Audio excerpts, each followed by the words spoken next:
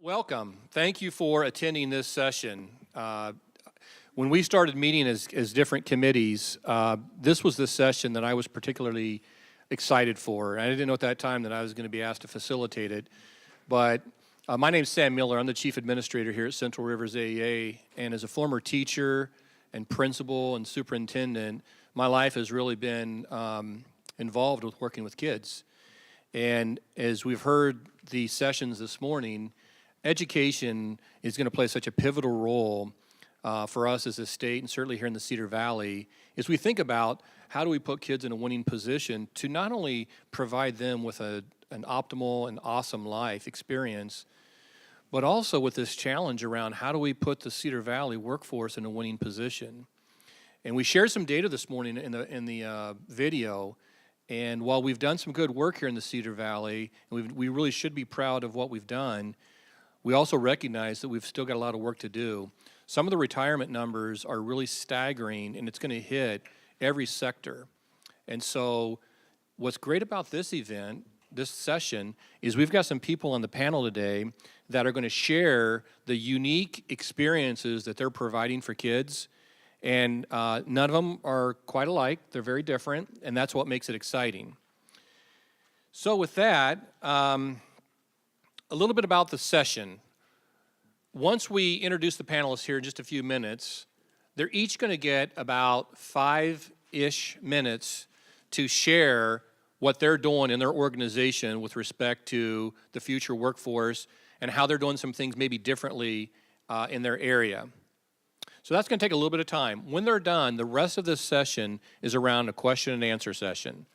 So as you hear the different speakers, one thing, if you've got your pad in front of you, if you've got a pen, please write down any questions that you have. We really want this to be an interactive session, and I'm hoping that through the conversation that we have today, not only do you leave with maybe some ideas, but also the panelists may have some different, through your questions, some different thinking on how we can better serve kids. So with that, I'm going to go ahead and introduce our panelists. And when I say your name, please just kind of raise your hand so we do know who you are. First, I'm going to go with Greg Brown. He's with the Center for Advanced Professional Studies. Barb Schwaman, she's the Osage and Riceville Community School District Superintendent. Jane Bradley from Hawkeye Community College. Jane Lindeman from Waterloo Schools, and Ethan Weekman from Cedar Falls High School. So with that, we are going to go ahead and start our presentations. Barb is going to go first and talk about this thing called Iowa Big North.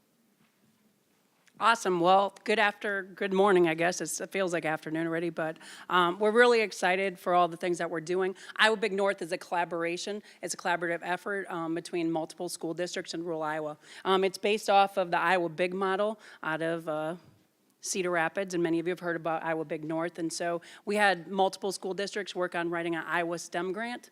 Our STEM Best grant was received, and again, that was some of our funding source to get these ideas and things going. Any school district can do something like this. We're really proud of what we've done. So again, we're going to show this quick video.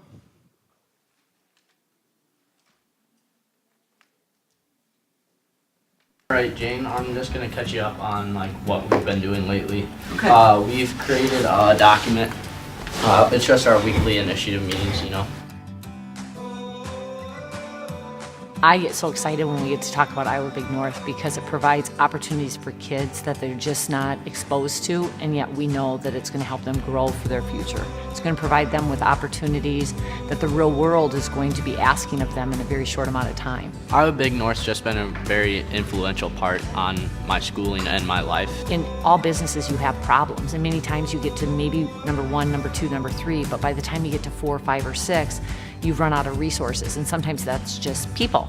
And so we can provide you with some people that would be very happy to work on that particular initiative or that problem that you're having. So we are creating a video for Riceview Farms for introduction to all new employees and employees. Homeowners as well as construction workers can put in the dimensions of an area that they want to fill concrete into and get the estimated size or amount that they need. What you're doing with this is we're accomplishing that challenge of making this an outdoor classroom. Yep. Yeah. Yes, sir. That's so that final goal. Basically, they want us to display somewhere their mission statement that they have created, and so we're working on a bunch of different design concepts of all over the building of where they could be, what the significance of them are. Kind of taking charge of the business plan, so what the employee hours are going to be, what the pay is going to be, our break-even points and stuff like that.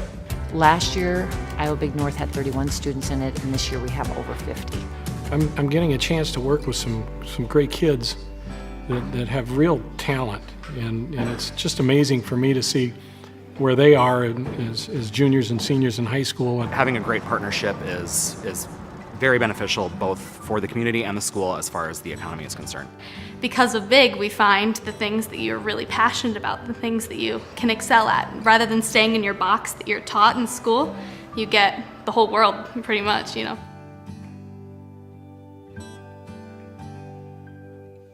Again, just a snippet of what we have at Iowa Big North. This started as 4 school districts: New Hampton, Charles City, Osage, and Red Rockford Marble Rock. With a grant, we're now up to 7 schools, adding Turkey Valley, Riceville. As a die-hard fan of the Chicago Blackhawks and Chicago Is that me? sports is what first brought me to the Windy. Sorry about that. So we started as our 4 main school districts. We worked on that for 2 years, and then we expanded it out. What does it look like? What is Iowa Big North? How is it different than a traditional classroom? Our kids are signing up, and they're working on passion-based curriculum. They're doing passion-based projects and initiatives. And again, I only have 5 minutes, so I got to go really fast through this. Sam, where am I pointing? Because it's not moving. Yeah, we're gonna go ahead and put it on presentation mode, Lori. Sorry. This is the joy of going first, people.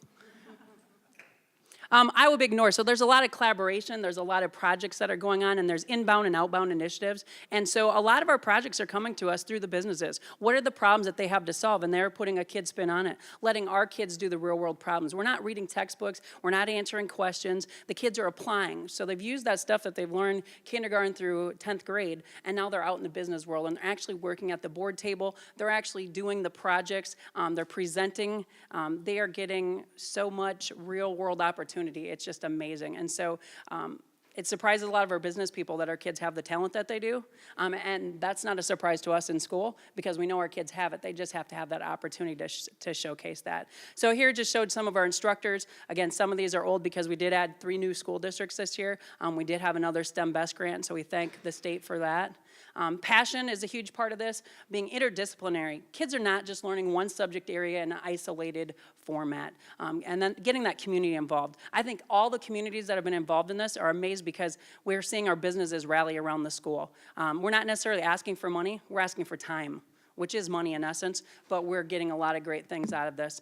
So again, you can see here with our students, it's not about their GPAs. We have kids from all different ranges, even some special education kiddos that are helping us out with our projects. Some pictures. Our kids have had great opportunities to be at the stage with the governor's office. Just some really unique presentations that they've been able to do. This talks a little bit about our initiatives. Inbound initiatives versus outbound. Inbound initiatives are ones that are coming from our business partners. Outbound initiatives are ones that our kids are wanting to do. Our kids start off the year with a partner palooza where they start working on what are the things they want to solve, what are the problems that bother them. And then we bring in the businesses. And this is one of my favorite days is when the businesses come and they actually do the pitching. So they actually come and they pitch the problem to the kids. The kids have to sign up for the problem. If the kids don't want to work on that problem, they don't sign up for it, and some of our businesses get rejected, and I hate to say it, that's been fun to watch that too, because they have to go back for year 2 or the next time around and revamp their presentation and figure out how they're going to hook kids into what they're doing. Again, so they get a lot of different modalities. I could talk about all of these different projects. Some of my favorite was the cemetery project, where the kids really work hard on making the cemetery an interactive process, and those were kids from multiple districts. These kids are crossing multiple school lines. Okay, we ship kids around for sports all the time. We can do it for academics too, folks. Okay, so the bottom line is we've broken down the barriers. It doesn't matter what color their shirt's from. We work really hard on trying to let kids work across. If there's a project in New Hampton and there's an Osage kid, we allow it to happen. And I would be remiss without Josh Johnson. Big shout out and waves. Dr. Sarah Updegraff.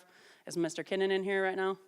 These are some other of our partners from our other schools. So again, we meet on a once-a-month type of basis to do that. Our teachers and our facilitators are working on a weekly basis to work kids. We grade across school lines.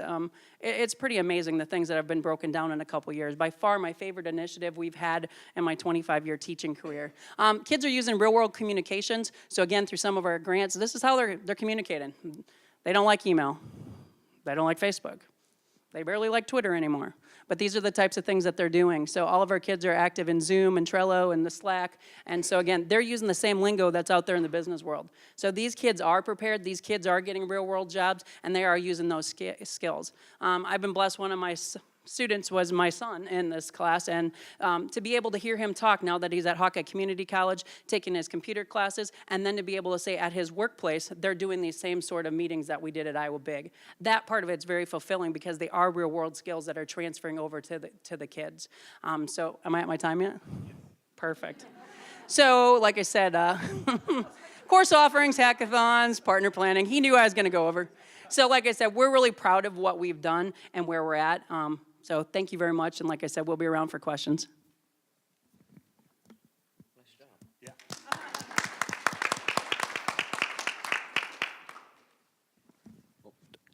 My name is Ethan Weekman. I am the CAPS director, and we were going to show a video here to start off with.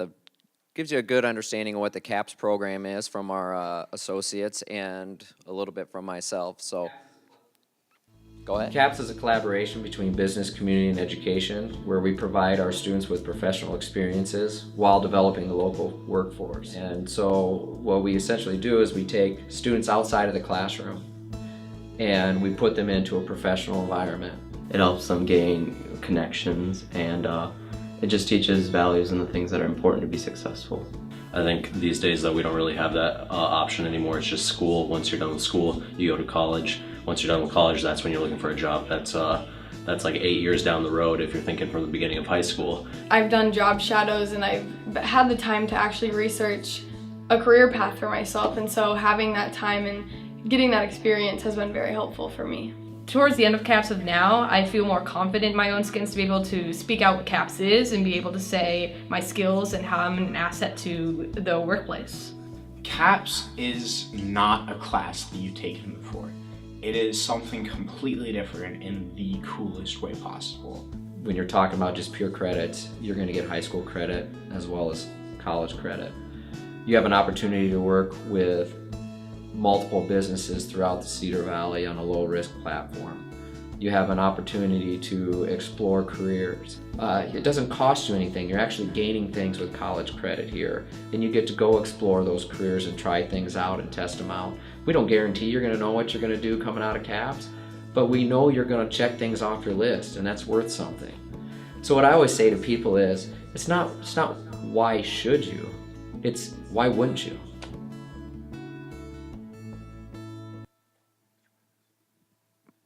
So that sums up our program really well, but some of the other basics that help you understand what we do at CAPS. Our big mission at CAPS is preparing students for their purpose, and that's a statement we live by, and when we talk about preparing, we're talking about the professional skills needed to be successful no matter what endeavor our student associates choose.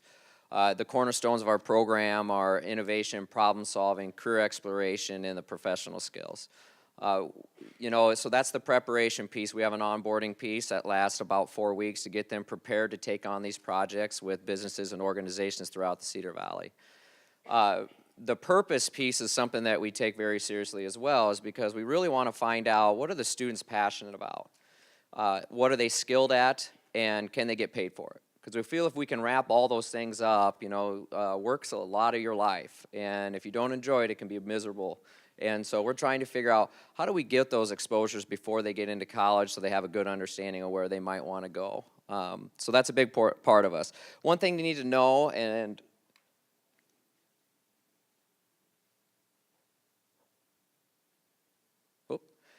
another thing to need to know is that we're project-based. I think one of the misconceptions is that we're an internship program. We take on projects from different organizations throughout the Cedar Valley, and that's where students really find out what are they passionate about. We talked about high school credit and college credit. You also have college scholarship opportunities. you know, UNI is a big partner of what we do, and they offer a scholarship for people that go through the CAPS program and also the Waterloo Career Center. I'm sure Dr. Lindeman will talk about that here shortly. But also there's being a part of the network, which I'll introduce Greg here in a little bit. They have college opportunities nationwide because of the part of that CAPS network. We're also a regional program with the 2080 agreement that we have with Waterloo, and you heard about that earlier this morning. We have 4 strands at 4 different host sites. We have an education strand that's at Schindler Education Center at UNI. We have the business communication design strand, which is at the BCS building, also on UNI's campus. We have the manufacturing, engineering, and technology strand. That's at Viking Pump. That's our original host site. And then our new strand this year is medical and health services, where we partner with Allen Hospitals, or Allen College, I apologize. And so our associates meet there for half their day every day for a semester. We started with 13 2.5 years ago, and we're at 140 enrolled this year, juniors and seniors. So we've had some substantial growth.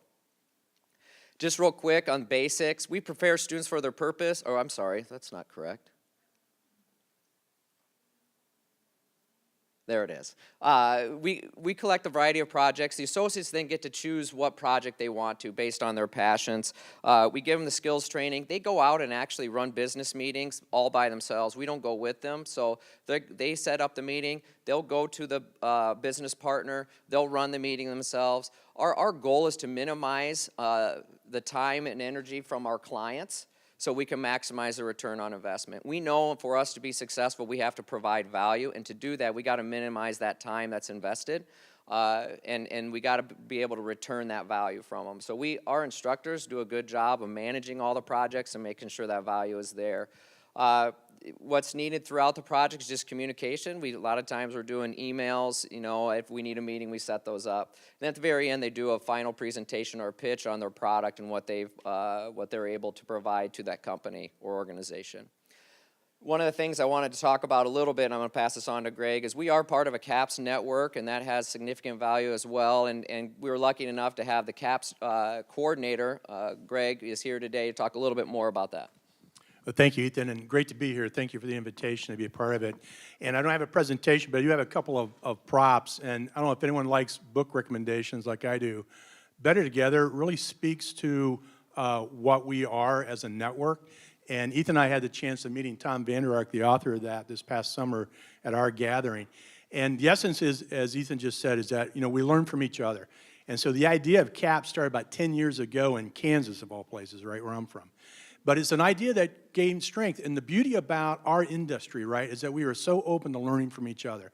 And this isn't a business model that we're out to make money or anything. We're just trying to share this idea. And Ethan and the team here have done a tremendous job and are a great example of that. So we have 42. We're growing. Not that scale's important to us. All that matters is that we give a chance for more kids to get experience of this.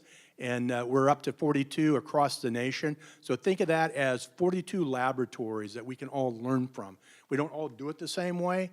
We kind of have different nuances of what we have, but we can learn from each other. So that's what the value of the network is. Including the network is Iowa Biggs, a part of that. I actually was with Nate yesterday afternoon, great individual. And he and I are out together with Northeastern. We're on a team together. So it's not a single model. We're very much trying to do the same thing using different approaches.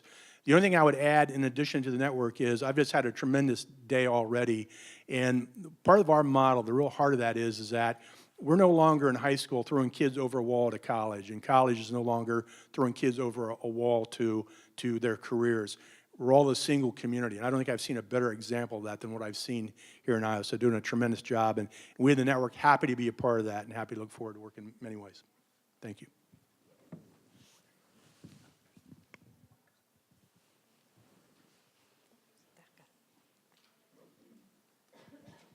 Thank you. Yeah, this has been a very exciting day for those of us from Hawkeye Community College. It's been really kind of heartwarming and encouraging to hear Hawkeye mentioned this morning in several of the discussions that we were part of. That's what Hawkeye does. You know, this meeting today really reflects what we do as a community college, and it's just rewarding to see some of the work that we do being recognized. Hawkeye, when students come to Hawkeye and take college courses, they typically have 2 tracks. They're either planning to transfer to a four-year degree and earn a bachelor's degree. And we are so fortunate to be right next door to University of Northern Iowa so that we have that opportunity for our students to go straight to a four-year degree. So they earn an Associate of Arts or an Associate of Science and transfer a two-year degree. We also have many students that want to go right to work. They want to finish up, they want to go to work. They might go on for a four-year degree later, but right now they want to go to work. So they earn an Associate of Applied Arts or an Associate of Applied Science, also a two-year degree. There's often confusion about our degrees, so I thought I would throw it out there while I had the chance. When we look at our career and technical, we have 44 career and technical programs. This doesn't look like it's showing up the same, but we have 44 career and technical programs that are actually distributed in 9 areas across the college. So you can see them listed there. It's not showing up correctly, but ag and natural resources, applied arts, business, education, health, industrial and engineering technology, information technology, power technology, and safety services. So a lot of different career pathways for students to take advantage of, and we try very hard to make sure students are exposed to a variety of programs so that they can make a career choice. Sometimes they've never seen certain careers, so it's an opportunity for them to explore careers they might not have thought of. Maybe their parents didn't have that career. We see that students often follow the path of their parents or relatives, so trying to introduce them to new opportunities. I know that's something that the high schools are doing as well. We also we work very closely with our high schools in what we call career academies. A career academy is where we offer college credit programming for courses that are taken at the various high schools. We work closely with 22 school districts. Now, those are districts, and within those, sometimes we have more than one high school. So it's more than 22 high schools that we work with. And again, we provide, we have 14 academies that are designed to bring high school students, get them exposed to careers, and offer them college credit at the same time. The location of these Career Academy centers, many of them are on our main campus. So students can come to our main campus, high school students can come to our main campus and be involved in one of our career and technical programs. But we also have career centers located in various areas. The Waterloo Career Center is a big growing partnership that we have, and I know Jane is going to be talking about that more, but that's very exciting. We also offer programming at Waverly Shell Rock, Western Outreach Center, which serves 4 school districts, Independence High School, and we have some online opportunities as well for high school students. And again, all of these are opportunities for them to complete degrees. We also work with Cedar Falls. I didn't list Cedar Falls because that's not a traditional Career Academy center, but we do work with CAPS and offer college credit for participation in the CAPS program. We also are big in work-based learning. So quality pre-apprenticeships is part of the Future Ready Iowa initiative, and this is something that we are just now exploring. We are talking to various school districts about how to incorporate pre-apprenticeships. You heard a little bit this morning about that with GMT. They're looking at working with a high school district there in Waverly and in other districts, I'm sure, to create a pre-apprenticeship program, a quality pre-apprenticeship for high school students. Now, what these are, I'm still learning, but what these are career opportunities where students can participate in things like tours or job shadows or an internship type of experience at a business. And if that is aligned with a registered apprenticeship program and there's a sponsor, a business partner involved, those students can actually get credit towards their apprenticeship, their registered apprenticeship, while they're in high school completing that experience. We also have learning intermediaries that are employed by Hawkeye. We have 3 that go out to the high schools and create these opportunities for high school students to go to businesses and have some internship experience or these job shadows. They also arrange tours and guest speakers. So they work at Hawkeye, but they are funded through the state of Iowa, and they serve the high school districts in building those connections between those students and business and industry. The last thing, we do have a new building, and hopefully many of you have seen that new building in downtown Waterloo. But at that location, we have our primary programs are high school completion and adult basic education, or high school completion in English language learning. And what we've done recently with really pretty solid success, and we plan to continue and expand, is what we call our IBEST program, and that stands for Integrated Basic Education Skills Training. It's a model out of the state of Washington. We actually traveled to Washington, we looked at their program, brought it home, and made it Iowa's program. And what we do is we have classes with mixed high school completion students, those students that need to get their high school diploma. We mix them with our English language learning students. We thought it would help our English language learners develop their English skills to mix them together, and it has. But we also found out that our high school completion students started learning about other cultures and work ethics, and it's been a real win-win situation by combining those groups. Right now, we've been doing this kind of training in the CNA, or Certified Nurse Assistant, which, as you heard this morning, is a huge need in our area.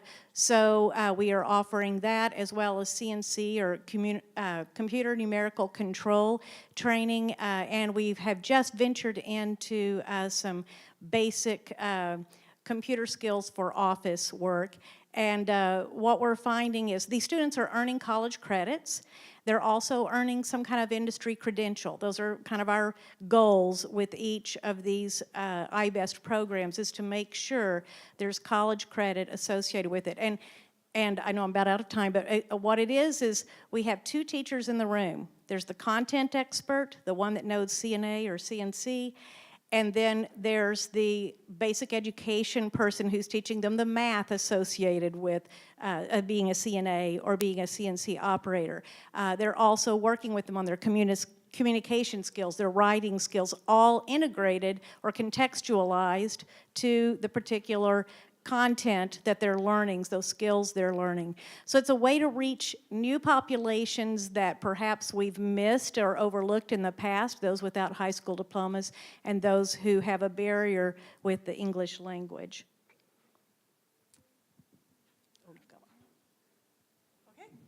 I've decided if you, is this on?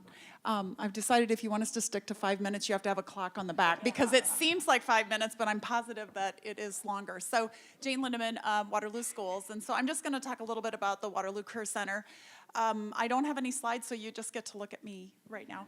Okay, so I'm just gonna tell you a story. So in January of 2012, we assembled a group of about 80 people from the community, some staff, and we really wanted to do things differently. We wanted to redesign the way that we look at high school. And so we traveled all over the nation. We sent, seriously, dozens and dozens of people all over the United States looking at programs. And it wasn't too far into our travels, within probably a year, maybe 18 months, we really honed in on this concept of a career and technical high school. And there were a lot of reasons, and I won't go into those. I think you probably, if you're here today, you probably understand the benefits of that. So we decided to look at bringing programs, career pathway programs, into our district. And so in February of 2016, we actually put together a proposal, a bond vote, which was not successful. The bond vote, had it passed, would have allowed us to build a standalone building that would have housed 30 different career pathways. You heard Jane talk about Hawkeye having 44 programs. This program would have had 30 programs that would have aligned to community college so that the students could have gone. The bond was not successful, and so our board at that time had the tricky decision: do we go back for a second time, a third vote, fourth vote? We decided not to do that. We decided to invest our time and our resources into going ahead and launching programs, and instead of bringing a whole bunch at one time, we decided to bring 2 and 3 and 4 at a time. So in the fall of 2016, we launched 2 programs, which at that time were nursing and digital graphics.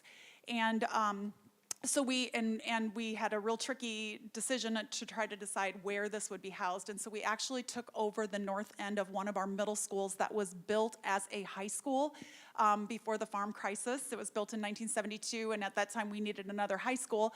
After the farm crisis, we didn't have as many students, and so that building was sitting there. It was built for 12 to 1,500 kids, and we only had 500 middle schoolers in there. So when we knew we couldn't build a standalone building, we ended up taking over the north end of the middle school. So we took one building and created two separate purposes. And so at that time, we launched the Waterloo Career Center. So after the two programs started, it was just intended to kind of be a dipstick, just to see how it goes. And it was really, really exciting and very successful. And then the next year, the next fall, we ended up launching another 3 programs. And then this past fall, we launched an additional 4 programs, which brings us to 9. So next fall, we will launch 5 programs. And it actually wasn't designed to be a pattern of 2, 3, 4, and 5, but that's what it ended up to be. So we will be launching the 5 new programs in the fall. So at this time, if you would, I don't want to go through the names of them because I'll probably not get them right exactly, be able to spew them off as quickly as I can, but there is a brochure, either there's a sheet of paper or a brochure on your tables. You can look at either one of them. If you would just open that up, you're gonna look at the programs that we have launched so far. In the fall of 2019, we will be launching culinary, hospitality, plumbing, electrical, and finance. And so, we started with the very first semester, we had 37 students who chose to go to the Career Center, and we are closing in on 350 to 400 right now, and we are slated to go over 600 by next fall. So it is growing definitely by word of mouth. The students absolutely love it. So here's kind of how it works. We actually partner with Hawkeye Community College and to allow the students to get kind of what we call the trifecta. Students can not only get high school credit, but they also get college credit, community college credit, and then they also can earn certifications for each of the programs. So every single program that we have has those 3 options. Students choose to travel to the Career Center for a portion of the day. We have 3 separate blocks. It's not a 40-minute period because it doesn't make sense to travel there and stay for 40 minutes or 50 minutes and go back. So they're there for a block of time. So we have 3 blocks. Either you do the morning block, the mid-afternoon block, or the evening block, or the afternoon block. We could add an evening block if we get, but we have, right now, there's significant capacity. We do have students coming from East High School, West High School, Expo High School, and also Cedar Falls High School for a portion of the day, and then they return to their high school for the rest of the, their coursework so that they would get their credits to graduate. So they can start as early as sophomore year. A lot of them, if we can get them to start as sophomore, they will definitely come back each semester because it's really, really hands-on. And Melissa, I really appreciated your comments earlier this morning in the presentation, and one of the things that she had asked was, can students try out something in an intro, and that is absolutely correct. And actually, we've had to intensify those efforts because the worst thing that could happen, well, it's not the worst thing because it's okay if they try out something and they don't like it and they back out and do something different. There's nothing wrong with that. I think Ethan, Ethan mentioned that you learn just as much from the things you rule out as what you decide you do like. But we do have 54 CTE offerings at East, West, and Expo, 54 courses that they can take to prep them and allow them to try out the courses. So we use the phrase choose wisely. We hope kids will choose wisely. If they don't, no harm, no foul. But it's just better if they can choose wisely. The other thing we did is we didn't want to wait until they got to be a freshman to take one of those 54 tryout courses. So we've actually back mapped it all the way starting with 6th grade. So all of our entire 6th, 7th, and 8th grade exploratory program, we completely flipped it on end. We actually got a grant through the Schweitz Foundation to flip that around. And so I happen to have a 6th grader of my own this year, so he got to enter into this exploratory program. They are all back mapped to all of the career offerings at the center.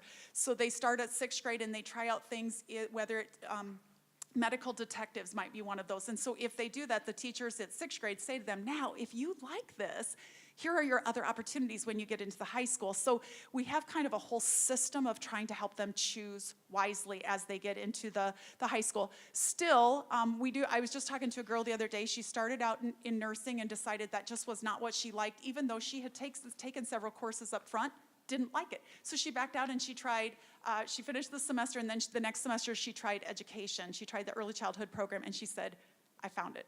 I found my love. So that's okay. We're okay with that. We would love to have, the idea, think of it as layering.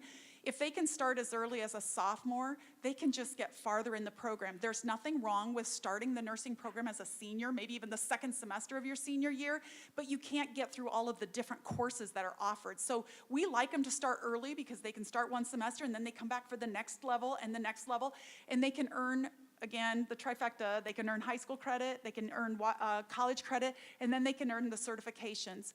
So for certifications, right now, just a couple examples. In the nursing program, they can sit for their CNA exam. By the time they're done, there is a vision down the road that we would actually get them. We've been working with some of the hospitals to actually, there's a vision to get them far enough that they could actually sit for their LPN exam as long as they were 18.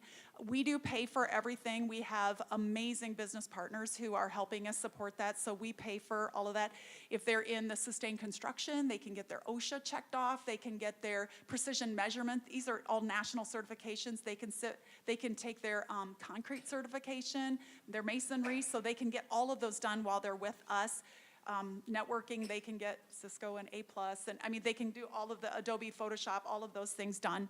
And so I think, the other thing I just wanted to mention, the instructors that are there, we are very cautious and careful about who teaches at the Career Center. They had to have been in the industry. So the nursing instructors were nurses who are teachers. The person who's doing the digital graphics, he was actually a designer. He worked for Abercrombie & Fitch in New York, and how we ended up with him in Waterloo Career Center, I do not know. He found the love of his life and moved to Waterloo, and we got him. So, so they come in and it's amazing. And then my last comment is on this flyer. This flyer was really dedicated to the business partners who are sponsoring a particular program. You'll see them down at the bottom, and some of them were up on the dais this morning, but they are sponsoring our programs. We're not like Barb, we're not really looking for money. We're looking for their expertise to make sure we get it right with kids. So they're helping us get our curriculum right. They are helping us provide internships for kids, externships for teachers. Our teachers have done the job, but now they're back teaching, and you got to stay fresh. And so we had one guy who went out and he spent a whole day out in the business, and he said, oh my gosh, a couple things have changed since I did the job. And so he came back and he actually flipped his curriculum on a couple projects to make sure that we got it right. So we're sending kids out who have a great start, and Hawkeye's just an amazing partner for us. And so that's kind of how it works. All right, well, thank you, panelists. We wanted to intentionally give you some context because we've got three school superintendents, well, 2 superintendents and an instructor for Cedar Falls. Their programs are similar in some ways and different in others, as well as Hawkeye Community College. So now you have a little bit of context as to what they're offering. This is the part where I hope is very interactive, and for that, we're going to need you to help us. In the back, I've got Beth Strike from Central Rivers Creative Services, who's got a microphone in her hand, and she is going to come around and give you a microphone if you have questions. If your question is for anybody on the panel, that's fine. If it's specific to BIG or CAPS or Hawkeye or the Waterloo Career Center, please just let us know that, and then we'll make sure that person has the microphone in their hands. Do I have any risk takers out here who are willing to oh, here we go. Man, he is a risk taker. His hand went right up, right away. If you guys would just be willing to pass, if you need to, the microphone. Yeah, there are two kinds of people here. The people who are like, oh, it's Carrigan again, and then people who don't know me. So I'm wondering, I'm fascinated by these programs. I think they're really neat. My kids just missed them. They graduated from Waterloo just a little while ago. But I'm wondering how you're doing your talent recruitment. How are you finding these people who can teach, or I assume licensed, maybe, and yet have these active careers in other places? I can share maybe a little bit about that. We had been to multiple districts across the nation, and our program is really modeled after Wilmington, Delaware, and also Des Moines Public has a career center as well. One of the things that we heard originally is that teachers will come. If you build it, the teachers will want it for a variety of reasons. Some of them, they want it because maybe they're nearing their retirement and they want to give back to the profession. Maybe the hours are better than what they had before. Maybe they just had a passion for teaching. And so we have not had trouble recruiting instructors to teach there. What we have had a little trouble with is finding teachers who were certified to teach that, because there's some rules that we have to follow. Our biggest thing, and Hawkeye has, they have walked the walk with us, and Jane has talked me off more than one cliff.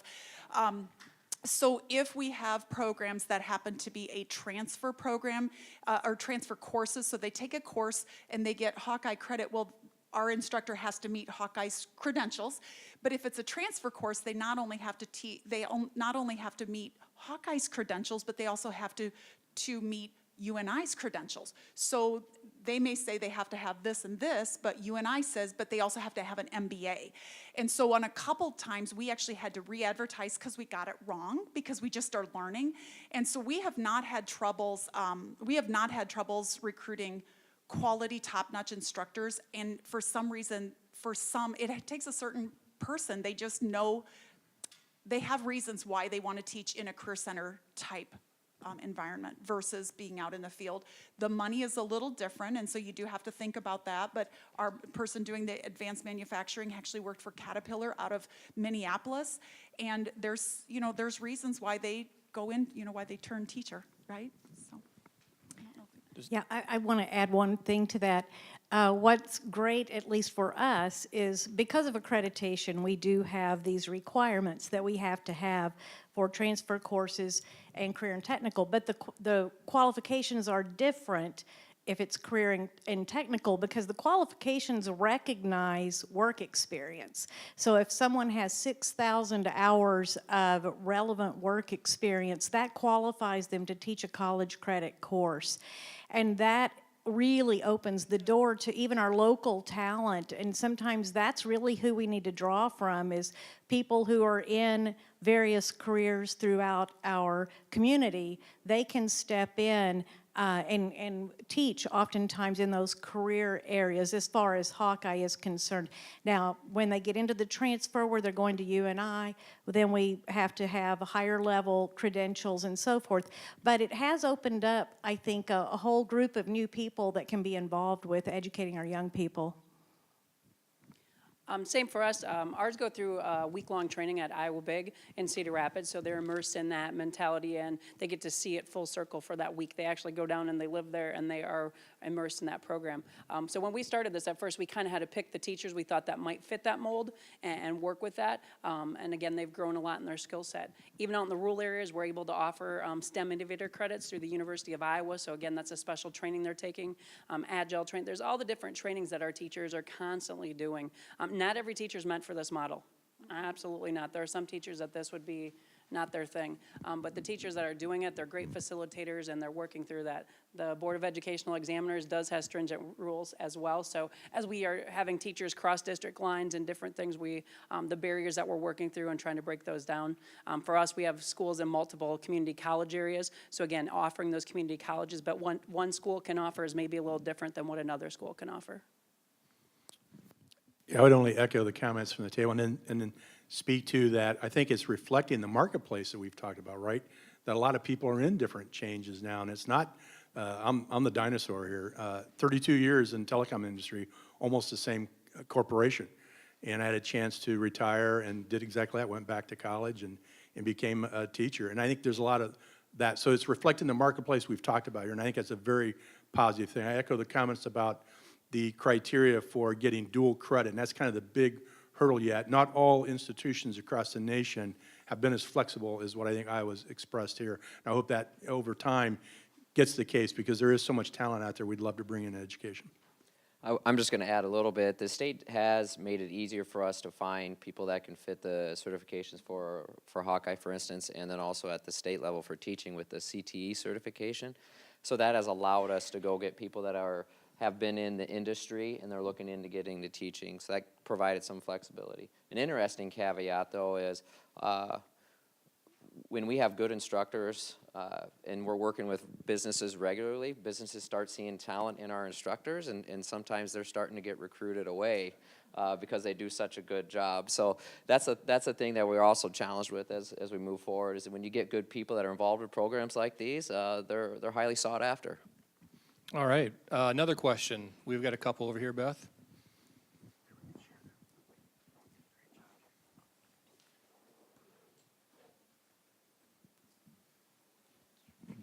Good morning. Waterloo, you specifically mentioned internships, and I would like to learn more about what types of internships and what programs are leading to that.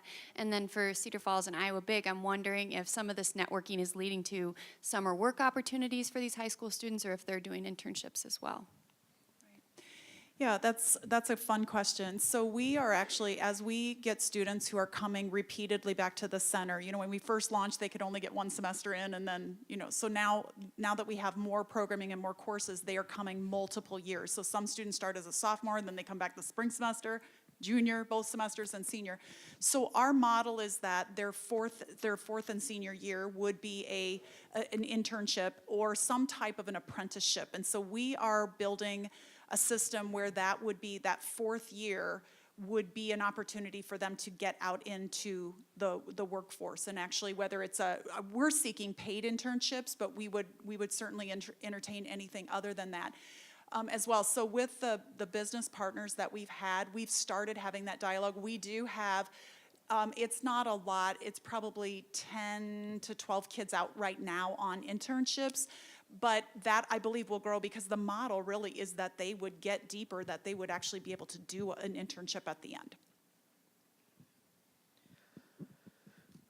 So to give you an example of the internships, how we would operate that with CAPS, I'm going to give an example. With Crichton Engineer Metals has been a great partner with us from the get-go, and they gave us a project early on where they gave it to a couple associates, and it was some project that they were producing already, but they were losing money on, but they were making so much money with the other company and they were so busy with other projects, they kind of left to the side and said, hey, can your associates make this cheaper and more appealing? And so we had a couple do a really good job with that.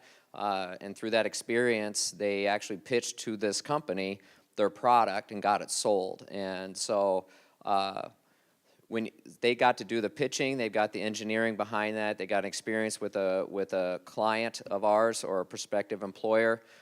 But then they also, through those experiences, they saved Crichton quite a bit of money on that project. And so Crichton got that value of it. Crichton also then, because they had such a good experience, they continued to give us projects. And what they're looking for is a workforce development piece, because now they have a very low-risk platform to check out who would be good interns for them. And so they've worked with about 10 of our associates, and they found that 3 of them are a really good fit for their culture. And so because of that, they've had 3 of our associates have done internships with them, and 2 of them just got done this summer and went to Iowa State, and they're looking to go back the following summer. One of them chose not to go to college yet and is currently working there right now.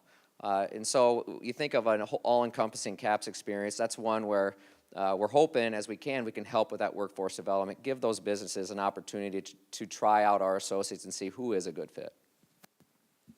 Very similar to their experiences. In fact, a lot of our kids, when they come home after going off to college, are now exposed and working at some of those places. So we've had summer internships as well develop out of our Iowa Big North opportunities. And what we've really seen is that a lot of our kids never thought they'd come back to rural North Iowa.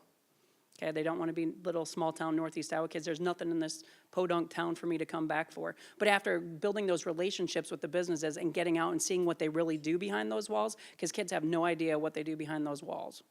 Okay, so once they build those relationships, we're finding out that kids are like saying, yeah, I can see myself coming back here, raising a family. And ultimately, that's our goal, is that we want to create that workforce and create kids that see themselves living all over in Iowa. Thank you. I think we had one.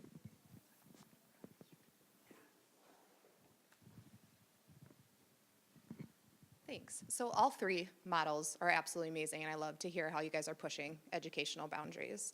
But I also know that it's very different system than the parents went through, and maybe the community is used to, that traditional school setting. So if you were offering advice to school systems or people that work with school systems that are helping schools start up a model like this, how would you help them or give them advice to engage their community and their parents and help them move past that traditional school system to a model like you guys have, that you guys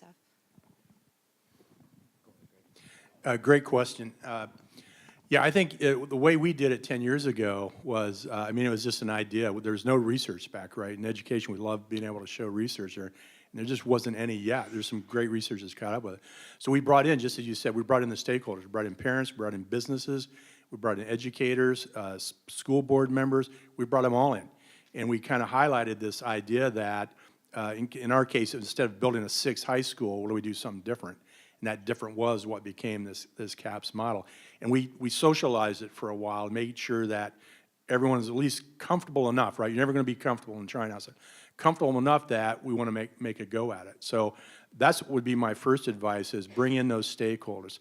And probably the one you mentioned, the parents, are probably the one that's the hardest to convince, because business people are going to, I think, get that eventually, that they know that their own livelihood, they see the broader economy that gets at. The school board members are recognizing that this model was 100 years old, needs to make adjustments to meet the new economy. And then teachers too, I don't want to exclude that. Teachers, bringing them in and to let them unleash, right? We talk about this model, it just empowers the heck out of teachers, right? They get to do things that, man, I've always wanted to do it this way. And now they get to, right? So that's very empowering. They're along. It's the parents, as you mentioned, that, this is how we did it. How do we get through it? One of the things we did, I think Ethan does, we have a lot of orientation. So even though we've been at this 10 years in Kansas, we start off every year with parent orientations. We spot, this is how this is different. This is what you're going to experience. Even the assessments are going to be more subjective than objective. And once they hear that, the parents are nodding their heads up and down, because that's how they're getting measured in their jobs today, right? So that would be my advice, is to kind of bring every parties together. And as I've mentioned, there are great networks. Ours are, go talk to people, come and consult, go kick the tires. There's plenty of places to go for all those. We host a lot of people in Blue Valley, just people that are interested, probably may not go start one, but as you folks mentioned, you went out and tried out other programs and saw it, how it's being used today. Bring in the parents, bring in the board members, bring in the teachers and the administrators, let them kick the tires, and I think they'll find out very quickly how those models might work.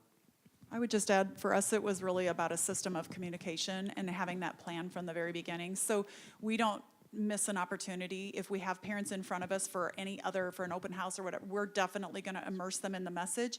But to be honest, we've really attacked the kids and sharing the message with them and making sure, I had mentioned all the way down to 6th grade, we're really, 6th grade, 7th grade, 8th grade, they have, before they even get to be a sophomore, they have multiple opportunities to tour the center, and we're actually creating a course where one of the courses probably launched next fall will be an immersion where they can go out to the Career Center and they will explore. They will spend like 3 to 4 days in every single one of the programs. It's actually a 9th grade course. So they get a chance to share that. You don't really have to necessarily get to the parents at that point in time, because the kids go home and say, oh my gosh, this is what I wanted to do. So we give a lot of tours, but having the kids in the center really is, and I do not want to give the message that we are circumventing the parents, but we are getting to the parents through their kids and really energizing them. And so they go home and say, tell the story. You heard Andy Van Fleet this morning on the panel talk about that he had been at the 8th grade parent meeting, and we showed the videos and we talked about it. And the parent, it was the #1 question we had at the end. We said, what do you want to know about 9th grade? And they're like, well, tell us about the Career Center at the sophomore. So just making sure that we take advantage of every opportunity, but we're really going through the kids. And to dovetail off of Jane, we're going through our businesses as well. I think our business partners are out there telling the stories and talking about the kids, and whether it's a newspaper article or a picture they put on Facebook or Twitter, things like that, they're really helping promote this within our communities. Within the school, we still have a few barriers. I think we still have some very traditional teachers that are bucking and questioning why we're doing this crazy program, and these kids aren't learning. And we really have challenged that, and getting more teachers on board, getting all of our staff out to see what's going on, having the kids come and present their materials, and then they realize how deep the learning actually that is going on is doing. So again, I think we have to keep working with our parents and getting out of that traditional mold that school has to look a certain way, because it doesn't.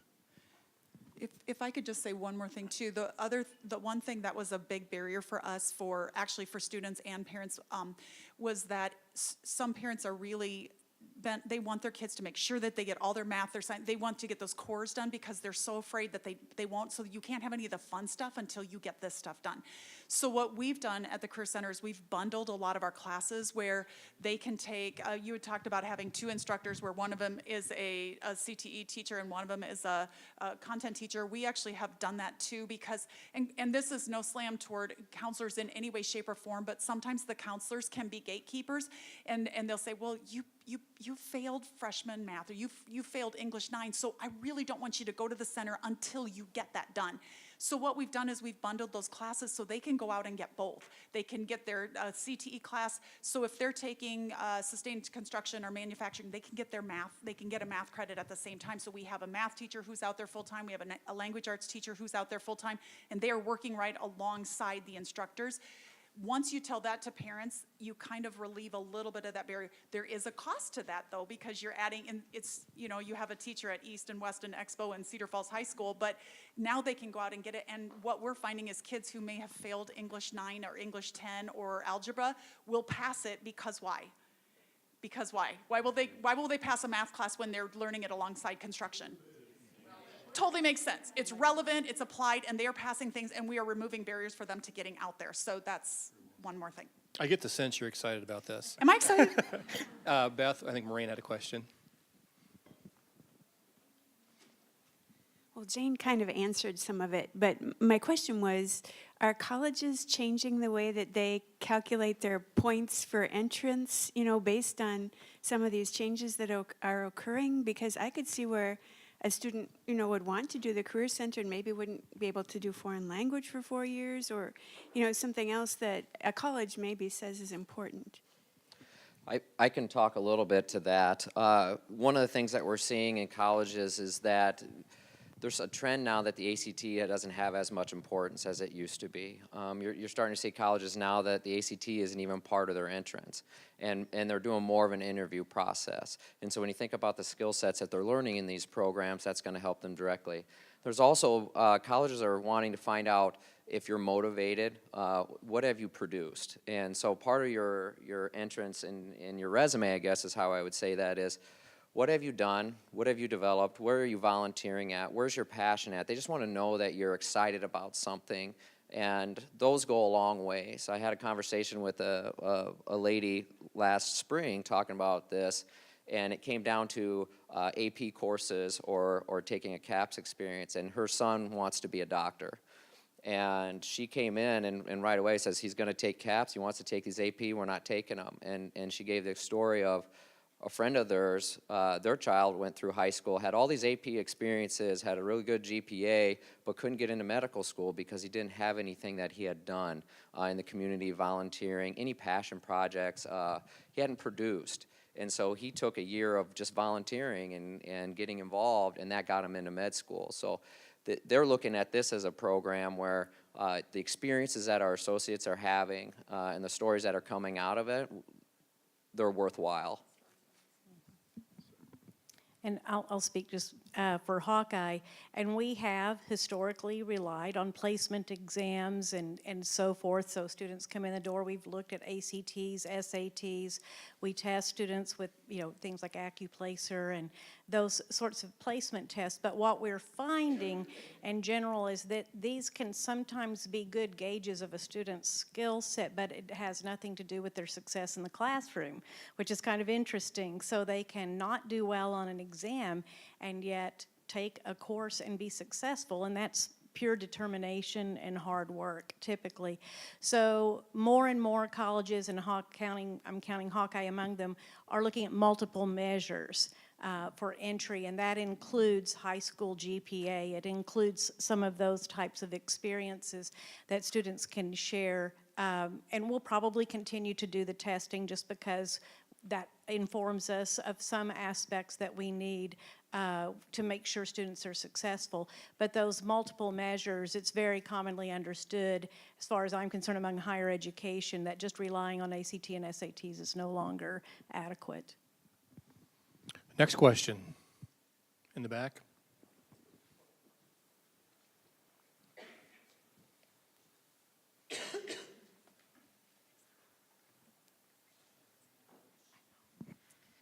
As your programs continue to grow, I'm curious about the sustainability of providing quality experiences for the students. Yeah, we actually started this with sustainability in mind, and so the building that we are using right now for the Career Center actually has capacity to hold about 17 programs. At that point in time, our original bond was going to be for 30 programs, so we're a little over half without building that building, and so we will have to make a determination at that point in time. However, that really is the premise behind having the businesses involved, because they really do help with the sustainability of it, because they're helping us get the curriculum right, they're helping ensure that our kids get a great experience. We built it right into our budget, and so we have actually, even though we haven't been asking for money, we've actually have businesses are so excited about this and kind of excited about getting a crack at the kids, you know, right out of the gate, that we've had a lot of businesses actually give us money, even though that was not what we were seeking, at least originally. We built it with sustainability in mind, so I'm positive that we're just working to get up to capacity. The biggest issue is not the sustainability once you get up and running, because it actually becomes more economical at that point in time. The issue is really the startup, because when you launch a program, we've had classes that we've offered with, like, we have this big dilemma. You have 4 kids who signed up for it, they don't know about it, they don't know what it is, and so do you offer it for 4 kids? Well, you almost have to, because you've got to get it going, and then the next semester you get 12, and then the next semester you're back up to 20, 40 kids. That's economical. It's not economical for 4, so the sustainability really comes when you can fill your programs. To go off of that, I would say with the CAPS program, we don't have a building. All of our associates go to host sites, so our business partners are key to that. So we don't have that financial burden on us, I guess is how I would say.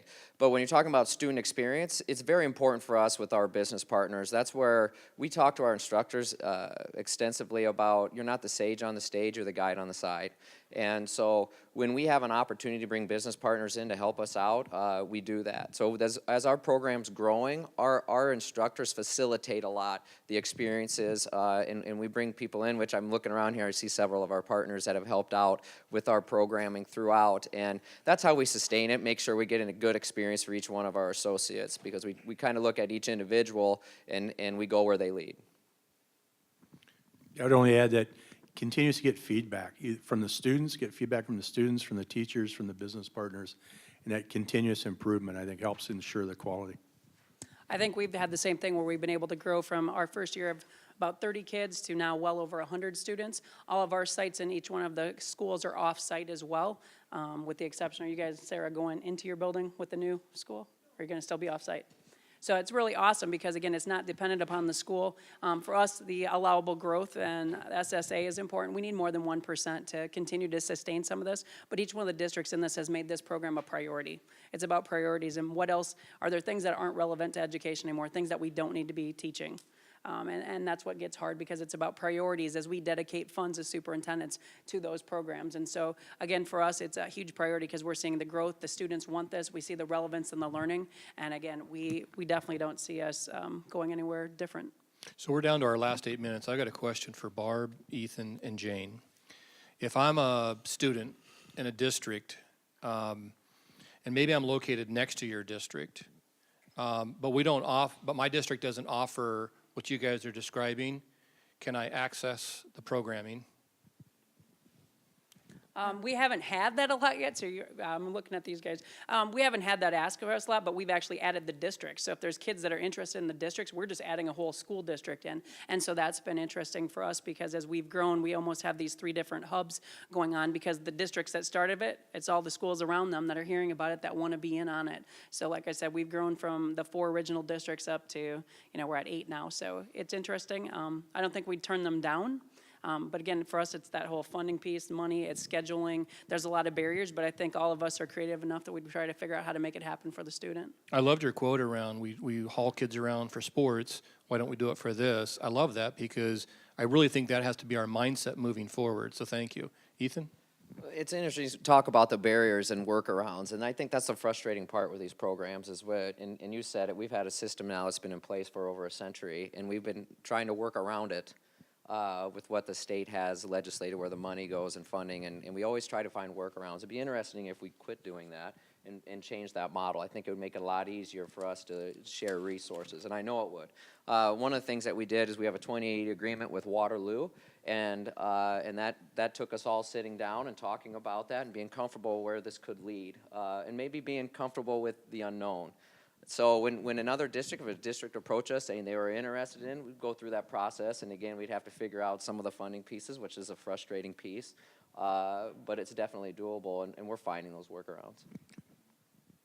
Yeah, definitely. When we when we built the center, it was built for capacity. So if you have 17 programs going and you can serve 20 to 25 kids, not every program can take 20 to 25 kids. If it's the construction program, it would be lower because you have to meet OSHA requirements. But we average probably 20 kids per program per block. So you think of that, the capacity really will be in, 1,200 kids probably. And so next year we're slated to be about 650. So we actually, we have the partnership with Cedar Falls. We actually are in conversations with another district. So we built it. I think the concept of regionalization, if you go back to the governor's task force, one of the things that was in there and one of the recommendations, which they touched on a little bit this morning, was the concept of regional. So if somebody has a program that we don't have, I don't know why we would build it twice. The money is limited, so it makes sense to look at sharing as we can. And so, yeah, there's definitely capacity there to share. Thank you. Other questions from anybody out? We still have time for probably one, maybe two more. We are at the 5-minute mark here. Yes, up front here, Beth. What is a way that businesses can get involved? How can businesses get involved? Well, as far as the CF CAPS programming, we have mentors. One way is we're always looking for a variety of projects for our associates to tackle. Host sites is another way to get involved, and then we always have guest speakers or tours. There's multiple ways to get exposures with our students and get them into your buildings, and also coming over and helping out. We do resume development, we do interviewing skills, we do some personality training. We have a lot of partners that works in their wheelhouse. We have a couple individuals that are Agile Scrum trained coaches, and so they like to come and practice their craft, and we train all our associates on Agile Scrum project management stuff. So there's a variety of ways. We're always looking for people to help out. We actually have them sign an official sponsorship. So if you look at the businesses down at the bottom, we actually have them come in, and then we kind of map out how that partnership will look. And so it's different for Hawkeye because they're kind of our premier. They're just across the whole entire thing. But these are businesses that are sponsoring a particular program or two. So we actually do a signing. We have one. If you want to see what it looked like, you could come on Thursday night. We have Cedar Valley, the Home Builders Association is signing a official sponsorship to sponsor the plumbing and electrical because they are very much in support of that. So we actually started out going to them, and we ended with them coming to us. I think go to the area school. It doesn't matter what community you're in. Go to that school and find the champion that's going to say yes to you, whether it's your employees volunteering at the school, helping out with reading programs, flashcards. It sounds crazy, but those are the things to be connected to your school and see what's actually going on. School isn't like when you went to school, or at least it shouldn't be. So it needs to change and evolve. So get yourselves and get your employees so that they know what's going on and partner up that way. I think that's a big piece because I think we wait on career education until they're in high school, and that's really too late. Kids are really thinking about what they want to do 4th, 5th, 6th grade, that intermediate time frame, and that's when they're really sponges and they're really deciding. Because if you wait till high school and you start deciding, you might miss out on some really great opportunities. So we have to get to kids when they're a lot younger. All right, well, listen, I want to thank our panelists. If you could join me in thanking them for their expertise.